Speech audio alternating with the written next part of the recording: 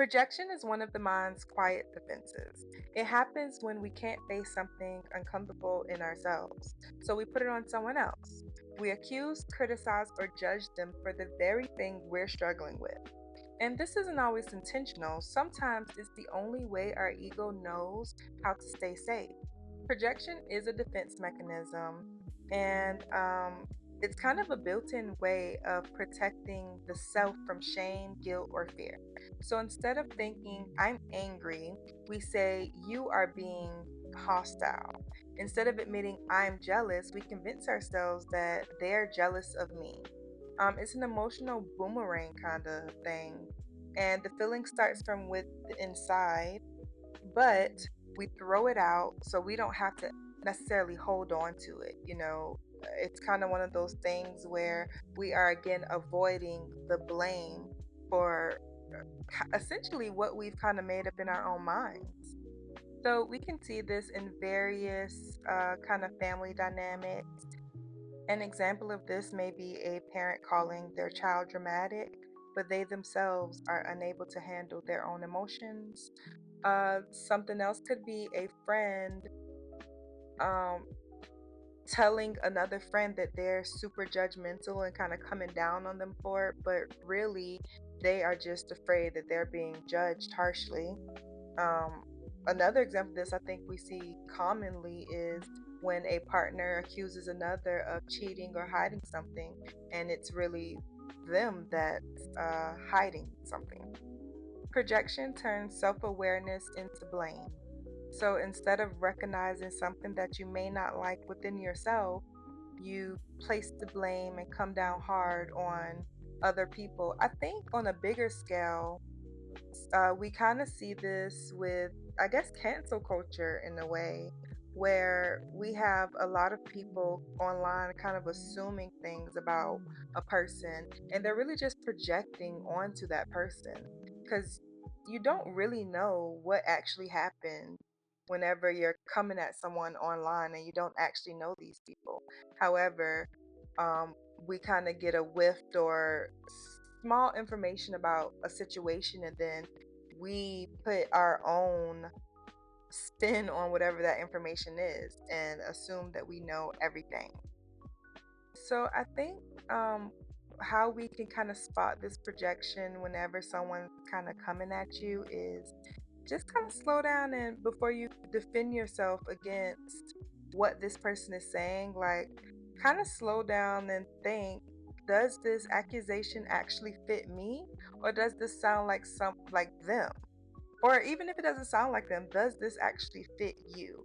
And I think that when we stop and actually listen to what people are saying to us, then we can get a better idea of what it actually means. And I do understand people should say what they mean. I'm a very direct person, and I typically say what I mean, and I don't really I think I don't want to dance around or try to figure out cryptic codes of what people mean and what they actually want. I just prefer them to tell me directly. So that's kind of how I act. I'm very like, I put a little sugar on. I'm not uh just extremely direct without any kind of empathy. But I'm more of a direct person. But with that being said, not everyone is that way. And some people don't even know that they're projecting most of the time. So it's kind of one of those things where if you are being attacked in this way, um, I think it would be helpful to just kind of stop and think about what they're saying and if it actually fits. And, I think you will be able to kind of hopefully, I don't know, have empathy for that person, and kind of understanding like where that emotional outrage, I guess, is coming from. Now with that being said, if someone is kind of verbally attacking you in this way, you do not have to listen to it. You don't have to deal with it. Actually, you should stand strong in your boundaries, but it is kind of an explanation on if you've ever had someone kind of coming at you, accusing you of things that you have no idea what they're talking about. This could be, they could be projecting onto you. And if you are this person that kind of projects onto other people, whether in real time you know that that's what's happening, or if in hindsight you kind of think back on it and you're like, oh, I was projecting, this is something that can keep you blind to your own patterns, and it's something that can make you feel stuck in guilt and envy and fear and insecurity. But once you kind of allow those initial feelings in, as difficult as it can be, and you start owning these feelings, that is when the work begins. That's when you're halfway there to not feeling this way, of maybe seeing something negative within yourself, or you're not good enough for whatever. Maybe you're not a great artist, but you love doing art. um you can be okay with that. It's not something that has to be this heavy burden on your shoulders. Like, you're a human, and we're not perfect. There are some things we're going to be great at, there's some things we're not, and sometimes the things that we're not great at are things that we want to be great at.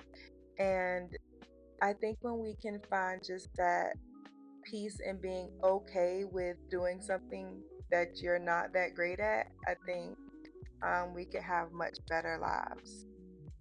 So, with that being said, owning that feeling can break the projection cycle. And I think that would also make for more peaceful relationships. So, that is all I have for today. Thank you guys for listening.